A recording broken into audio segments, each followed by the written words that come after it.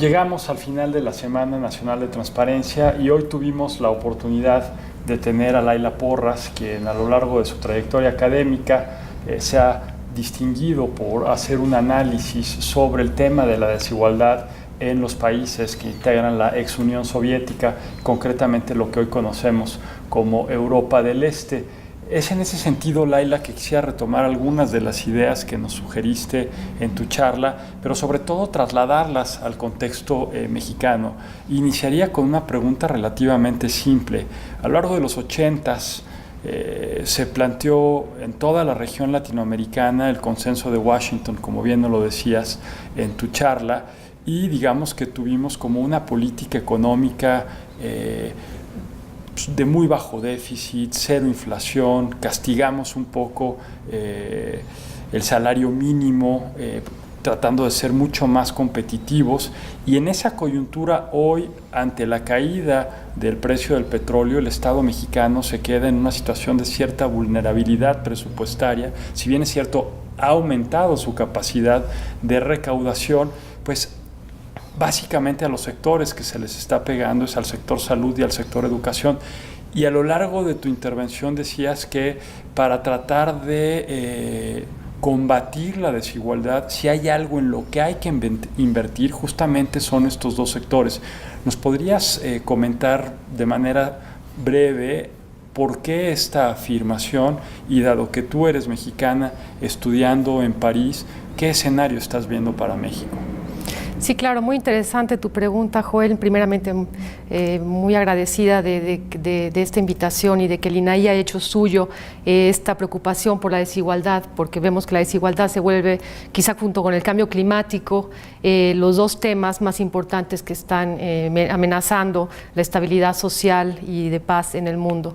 Entonces, regresando al tema que nos incumbe, que es la transformación postsocialista, las enseñanzas que yo creo que uno puede sacar para México es que en el momento en que hay el cambio de la transformación y hay una crisis económica de todos estos países, si hay el cambio es porque estaban en crisis, no estaban en jauja, bien, por supuesto, es que hay diferentes opciones y creo que es lo que nos hace falta ver en México. Pensamos en México que ante la crisis la única opción es la austeridad, y lo que vimos en el cambio de los países es que países de Europa Central le apostaron a seguir invirtiendo en los recursos humanos, como decías tú, en la salud y en la educación, quizá con déficits altos, pero que a la larga pues dieron crecimiento y esto pudo reabsorber la deuda y problemas, y vemos que sociedades como la República Checa, Hungría o incluso Polonia, Eslovaquia, etcétera, pues son sociedades que guardaron cierta igualdad y que crecieron de una manera más sustentable, con una cohesión social más importante que lo que pasó en Rusia. En Rusia, ¿no?, este vacío de poder, este vacío de democracia hizo que se apostara solamente por una política que fue dictada por el consenso de Washington, las políticas neoliberales que se aplicaron en América Latina, y teniendo, como lo dije en mi plática, pues consecuencias terribles sobre la población rusa, ¿no? La más tremenda fue obviamente la caída de la esperanza de vida en los hombres, ¿no? En los hombres en edad de trabajar. Entonces eso significó pues una catástrofe social muy grande que se pudo haber evitado. Entonces lo que yo digo para México, para América Latina, y que ya no solo lo estoy diciendo yo, lo está diciendo el mismo FMI, como comentaba en mi plática, en junio salió una revista del FMI que se llama Neoliberalismo Sobrevendido, ¿no? Y ellos mismos hacen una crítica y que dicen que finalmente se dan cuenta que el neoliberalismo y estas políticas de austeridad no han dado los resultados que se esperaban, han matado el crecimiento, han hecho aumentar el desempleo. Entonces, ante la crisis que se presenta en México por, como tú dices, la caída de los ingresos debido a la caída del precio del petróleo, lo mismo que está pasando en Rusia, en Brasil, es decir, en los países emergentes, esta vulnerabilidad porque se le apostó en el neoliberalismo al sector externo, exportador, ¿no?, reprimiendo los salarios, reprimiendo. Entonces, quizás se tiene que volver, somos países con poblaciones muy grandes, muy importantes, con recursos humanos muy valiosos, y yo creo que entonces que se tiene que apostar a eso, es decir, al mercado interno. Quizá hay que regresar un poco, y lo que está haciendo China, es lo que está haciendo la India también, y es lo que tendría yo creo que hacer México. Entonces, no tener miedo a cambiar de política económica, ¿no? Si el mismo FMI lo está diciendo, ¿por qué no los gobernantes en este momento? ¿Por qué no las gentes que van a votar, ¿no?, en las cámaras, piensan que la austeridad no es el único camino, como se comprobó con el gran laboratorio de la transformación postsocialista. Se puede seguir invirtiendo en salud, es lo que pasó también en Islandia, como lo decía, con la crisis comparado a Grecia. Se puede seguir invirtiendo en salud, se puede seguir invirtiendo en educación. No se puede atacar a estos sectores, son sectores fundamentales. Sin el ser humano, sin la calidad del ser humano, no hay nada, ¿no? La siguiente pregunta sería, para hacer tu investigación, ¿cuál fue la información más relevante para poder hacer estas comparaciones? ¿Te centraste en qué tipo de indicadores? Nos comentabas, para mí, esta situación de la caída de prácticamente 13 años, en algunos casos, de la esperanza de vida, como lo señalamos, no recuerdo si 13 o 7, en el caso de Rusia.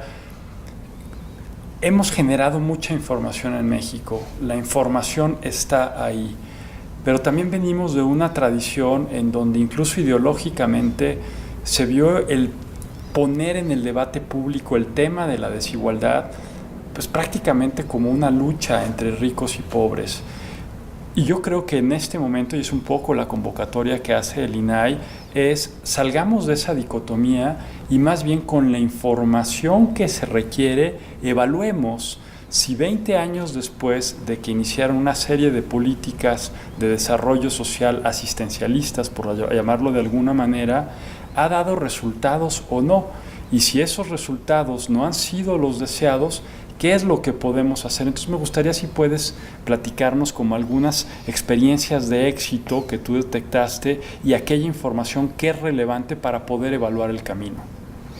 Bueno, estás tocando un tema muy importante porque, como se sabe, y hace poco me lo preguntaron, ¿no?, la información, qué datos se tenían sobre los países de Europa del Este, ¿no? Era realmente la pregunta. Existía la información, de hecho es muy curioso porque cuando uno ya como investigador se mete al tema, existía, de hecho, el sistema de planificación socialista, como se sabe, era un sistema que contaba todo. Entonces, contrariamente a lo que uno piensa, que podía no haber información, había muchísima información. Lo que pasa es que mucha no salía al aire o mucha estaba velada por, pero lo dijo ahorita el representante de la CEPAL, la información que queremos muchas veces producir es dependiendo del contexto, claro, ¿no? A veces encontramos lo que queremos buscar, entonces lo encontramos.